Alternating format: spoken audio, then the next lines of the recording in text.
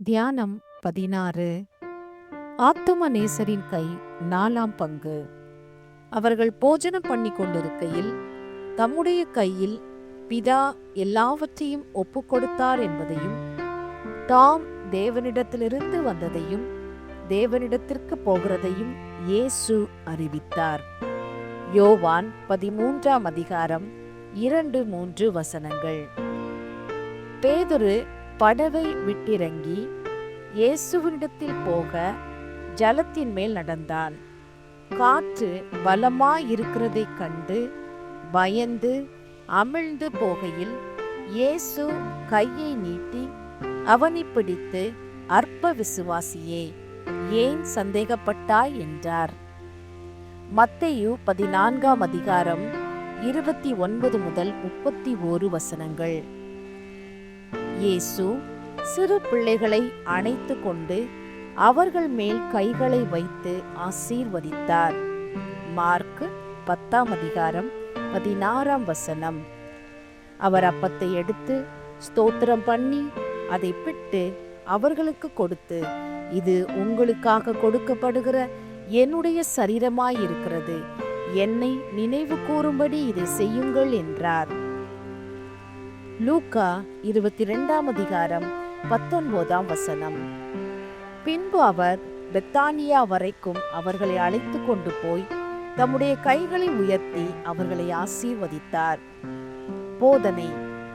மேலே காட்டிய வாக்கியங்களில் இயேசுவின் கைகளின் மகத்துவங்கள் சிலவற்றை காண்கிறோம். இயேசுவின் கையில் பிதாவானவர் சகலத்தையும் ஒப்புவித்தார் என்று முதலாவது பார்க்கிறோம். நம்முடைய இரட்சணியத்திற்கு வேண்டியவை எல்லாம் அவர் கையில் அளிக்கப்பட்டன. ஆகையால் ஒரு பாவி, நான் பிதாவாகிய தேவனிடத்தில் நேரே போவேன் என்று நினைத்தால் அது துணிகரம். இரட்சணியம் பெற தேவன் ஏற்படுத்திய முறையை அல்லாமல் தன் இஷ்ட முறையை ஒருவன் கையாடினால் ஒன்றும் பெற்றுக்கொள்ள மாட்டான். நமக்கு வேண்டியதெல்லாம் இரட்சகருடைய கையில் இருக்கிறது. இரண்டாவதாக, இயேசுவின் கை அபாயத்தில் துணை செய்கிறது. பரிசுத்த பேதுரு இயேசுவை போல ஜலத்தில் நடந்து பார்த்தார். சில அடிகள் போன பின் அவிசுவாசம் மேலிட்டது. உடனே ஜலத்தில் அமிழ்ந்தார். அப்பொழுது இயேசு தூக்கி ரட்சித்து படவில் ஏற்றினார். மூன்றாவதாக, வரமளிக்கும் கையாயிருந்தது. இயேசுவின் கரத்தின் ஆசீர்வாதங்களை பெறும்படி அநேக தாய்மார் தங்கள் குழந்தைகளை கொண்டு வந்தார்கள். அவர் பரமேறுகிறது சமயத்தில் தமது சீடரை ஆசீர்வதித்து விட்டு ஏறினார்.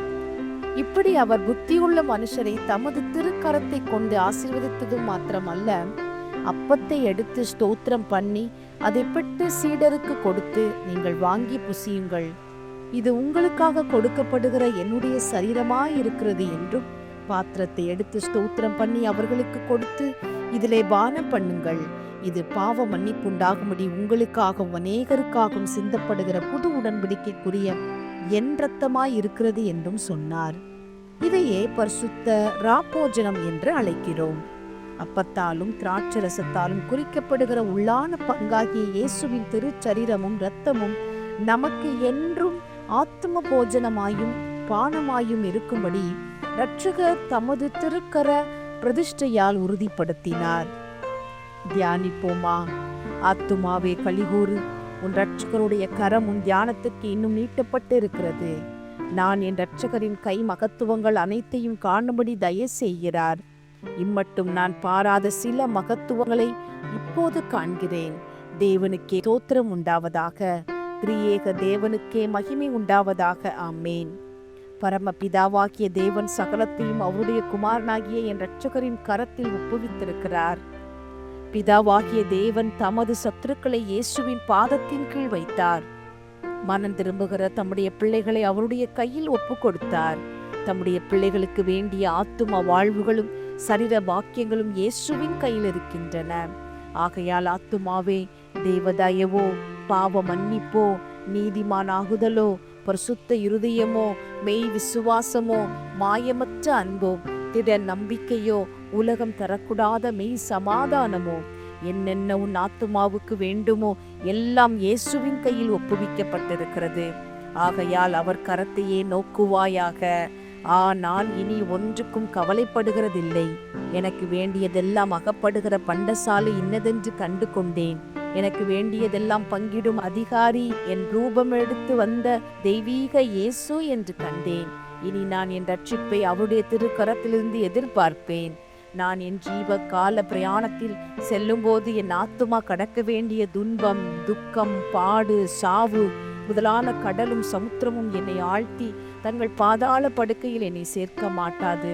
நான் துன்ப கடலில் இறங்கும் முன்னே அவர் அதின்மேல் நடந்து திரிகிறார். நான் சற்றே அமிழத் துவக்கையில் அவர் தமது கரத்தை நீட்டி என்னை ரட்சிக்கிறார். ஏனெனில் சாகிறனுடைய சாவை அவர் விரும்பாமல் அவன் மனம் திரும்பி பிழைப்பதையே விரும்புகிறார். பாவ பிரளயங்களாவது, சிற்றின்ப எண்ணங்களாகிய புயல் காற்றாவது, பாவத்தின் தண்டனைகளாவது, அலைகளாவது என் விசுவாசமாகிய கப்பலை சேதப்படுத்தி என்னை ஆழ்த்தும் போது நான் பேதுருவை போல ஆண்டவரே என்னை ரட்சியும் என்று கெஞ்சுவேன். அவர் என்னை கை நீட்டி தூக்கி ரட்சிப்பார். ஒருவேளை நான் வெகு ஆழமாய் ஆழ்ந்து போகும் மட்டும் அவர் சும்மா இருந்தாலும் யோனாவை காப்பாற்றினது போல ஒரு மீனை கொண்டாவது காப்பாற்றுவார். ஆத்துமாவே, ஆத்தும நேசரின் கரம் ஆசீர்வாதங்களால் வழிந்தோடுகிறது. அதோ நெருங்கி விழுகிற தாய்மார் கூட்டத்தை பார். என் பிள்ளையை தொடுமையா, என் பாலனை ஆசீர்வதியும் ஐயா என்று கூப்பிடுகிற குரலின் ஆத்துமாவை உயர்த்தி நீயும் போ என்று தூண்டுகிறது. இயேசுவின் 12 சீடரும் அதட்டுகிறார்கள். தாய்மார் அவர்கள் அதட்டுதலை சட்டை செய்யாமல் நெருங்குகிறார்கள். தாய்மாரே, நீங்கள் வாழ்க. உங்கள் பிள்ளைகள் சர்வலோக தேவனுடைய ஆசீர்வாதங்களால் ஆசீர்வதிக்கப்பட்டார்கள். இவ்வுலகத்தில் உங்கள் பிள்ளைகளுக்கு செய்யக்கூடிய பெரிய காரியத்தை செய்து முடித்தீர்கள். பரிசுத்த ஆவியானவராகிய என் தாயார் என்னை கிறிஸ்து இயேசுவின் ஆசீர்வாதங்களை பெறும்படி என் ஆத்துமாவை கொண்டு போகிறார். சந்தோஷம், சந்தோஷம். என் இரட்சகரின் திருக்கரம் என் ஆத்துமாவின் சிரசின் மேல் வைக்கப்பட்ட காலத்தில் என் ஆத்துமாவுக்குண்டான வாழ்வை நான் என்ன சொல்ல? உலகம் என் இயேசுவின் கையை பிரம்பி என்றும், தண்டனை என்றும், சாவு என்றும், அழிவு என்றும், நாசம் என்றும், துன்பம் என்றும், கஷ்டம் என்றும் அழைத்தது. என் ஆத்துமாவோ அதை பால் பொழியும் அடை என்றும், தேன் ஒழுகும் தட்டென்றும் ஏற்றுக்கொண்டது. அவர் என் ஆத்துமாவை வானத்தின் பனியினாலும், பூமியின் புஷ்டியினாலும், திரள் தானியத்தினாலும், திராட்சைப்பழ ரசத்தினாலும் ஆசீர்வதித்தார்.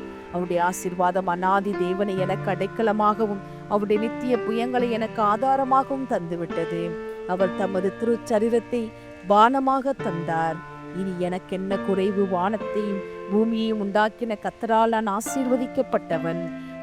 அருள் அடங்கும் கரமே நமஸ்காரம், அபாயம் நீங்கும் கரமே நமஸ்காரம், வரமளிக்கும் கரமே நமஸ்காரம், வானாதி வான காலம் நமஸ்காரம். ஜெபிப்போமா. தயவுள்ள இயேசுவே, எல்லா பாக்கியங்களையும் உமது கரத்தில் வைத்து கேட்கிறவர்கள் எல்லாருக்கும் பங்கிடுகிற இரட்சகா, இதோ நானும் கை நீட்டுகிறேன். பசி உள்ளவர்களை நன்மைகளால் நிரப்பி அனுப்புகிற கருணாகரனே, என் ஆத்தும பசியை ஆற்றும்படி போஜனம் அளித்தருளும்.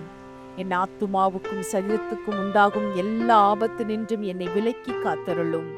உமது கரத்தின் அடிகளால் என் ஆத்துமா பொய்ந்து போக செய்யாமல் ஆசீர்வாதங்களினால் நிரப்பியருளும். ஏனெனில் உம்மால் ஆசீர்வதிக்கப்பட்டவன் என்றைக்கும் ஆசீர்வதிக்கப்பட்டவனாயிருப்பான். சமாதான கர்த்தராகிய இயேசுவே, இந்த சமாதானத்தை அடியானுக்கு தந்திரலும். பிதா, குமாரன், பரிசுத்த ஆவியின் நாமத்தினாலே ஆமேன். அல்லேலூயா. தேவனுடைய வல்லமை விளங்கும் ஆகாய விரிவை பார்த்தவரை துதிக்கிறேன். அவருடைய வல்லமை உள்ள கிரியைகளுக்காக அவரை துதிக்கிறேன். வீணையோடும் சுரமண்டலத்தோடும் அவரை துதிக்கிறேன்.